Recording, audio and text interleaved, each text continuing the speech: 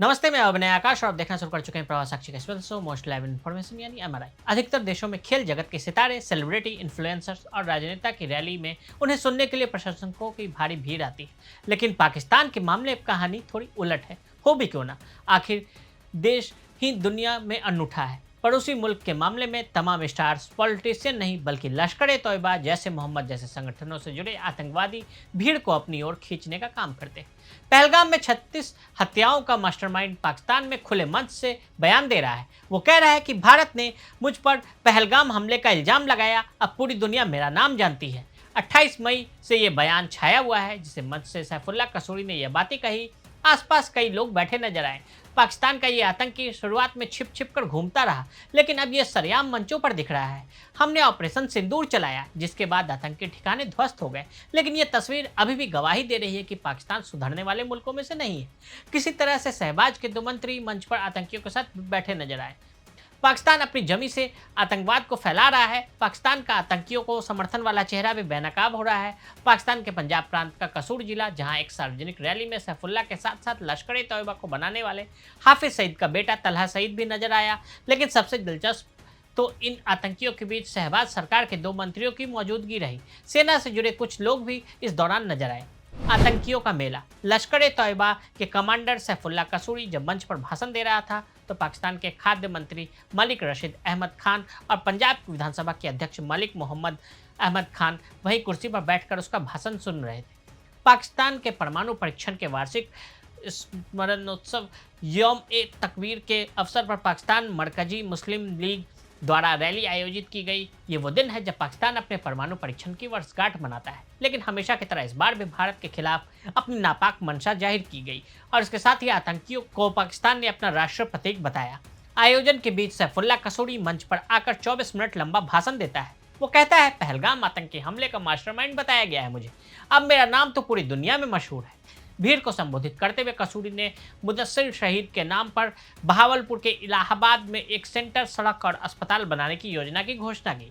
खुफिया सूत्रों के मुताबिक मुदस्सिर अहमद पहलगाम नरसंहार के बाद भारत के जवाबी ऑपरेशन सिंदूर हमले में मारे गए कई हाई प्रोफाइल आतंकवादी गुर्गों में से एक था। कसूरी ने प्रधानमंत्री मोदी के पहले के भाषण का संदर्भ देते हुए आगे कहा कि वह गोलियों से नहीं डरता।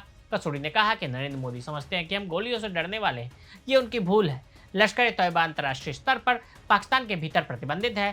पीएमएमएल जैसे समूहों ने इसके नेतृत्व का राजनीतिक और वैचारिक प्रासंगिकता बनाए रखने में इसे मदद की है। आतंकियों की रैली सुनने के लिए शहबाज के मंत्री भी आते हैं।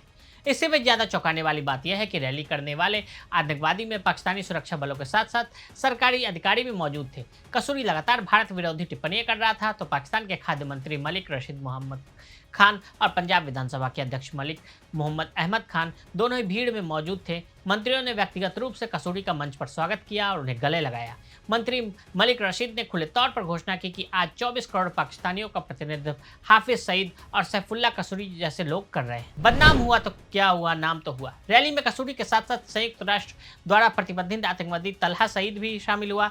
संयुक्त राष्ट्र द्वारा प्रतिबंधित आतंकवादी और 26/11 मुंबई हमले के मास्टरमाइंड हाफिज सईद का बेटा तलहा भी भारत के खिलाफ जहर उगलने में कोई कमी नहीं छोड़ी उसने। 28 मई को आयोजित रैली के वीडियो क्लिप में तलहा सईद को अन्य राजनेताओं के साथ मंच पर पंजाब विधानसभा के अध्यक्ष मलिक अहमद खान का स्वागत करते हुए देखा गया। हाफिज सईद के साथ साथ फील्ड मार्शल आसिम मुनीर के पोस्टर भी इस रैली में लगे हुए थे। रैली के दौरान उसने कहा कि आज पाकिस्तान से भारत के लिए एक संदेश आया है। हमने ऑपरेशन बनियान अल मरसस में जीत हासिल की है और अल्लाह को यहाँ हमारी मौजूदगी स्वीकार करनी चाहिए। मैं मंच पर मौजूद पंजाब विधानसभा के स्पीकर मलिक अहमद खान, मलिक रशीद खान और सैफुल्लाह खालिद का शुक्रिया अदा करता हूँ। मैं अपने पिता हाफिज सईद की ओर से पाकिस्तान के लोगों को भी सलाम करता हूँ।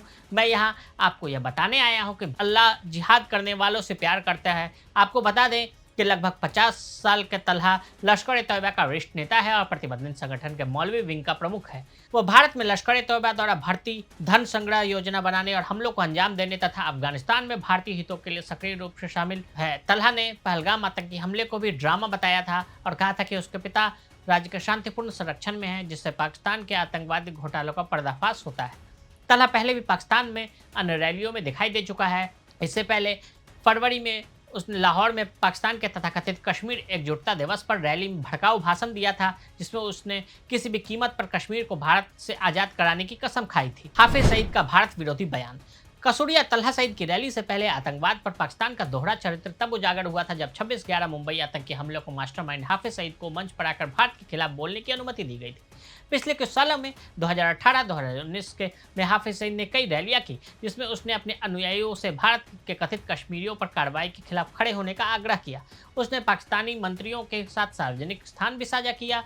सितंबर 2018 में पाकिस्तान के धार्मिक मामलों और अंतर धार्मिक मामलों के मंत्री नूर उल हक कादरी ने सईद के साथ एक मंच पर उपस्थिति दर्ज कराई थी। इसी वर्ष दिसंबर में पाकिस्तान के गृह राज्य मंत्री शहरयार खान आफरीदी ने हाफिज सईद और उसके आतंकी संगठन को अपनी सरकार का खुले तौर पर समर्थन व्यक्त किया था। सितंबर 2013 में $10 मिलियन का इनाम उस पर रखा गया। इस्लामाबाद में एक रैली में खुलेआम दिखाई दिया। 10,000 से ज़्यादा लोगों को संबोधित करते हुए उसने कहा कि संयुक्त राज्य अमेरिका और भारत हमसे बहुत नाराज है। इसका मतलब है कि अल्लाह हमसे बहुत खुश है।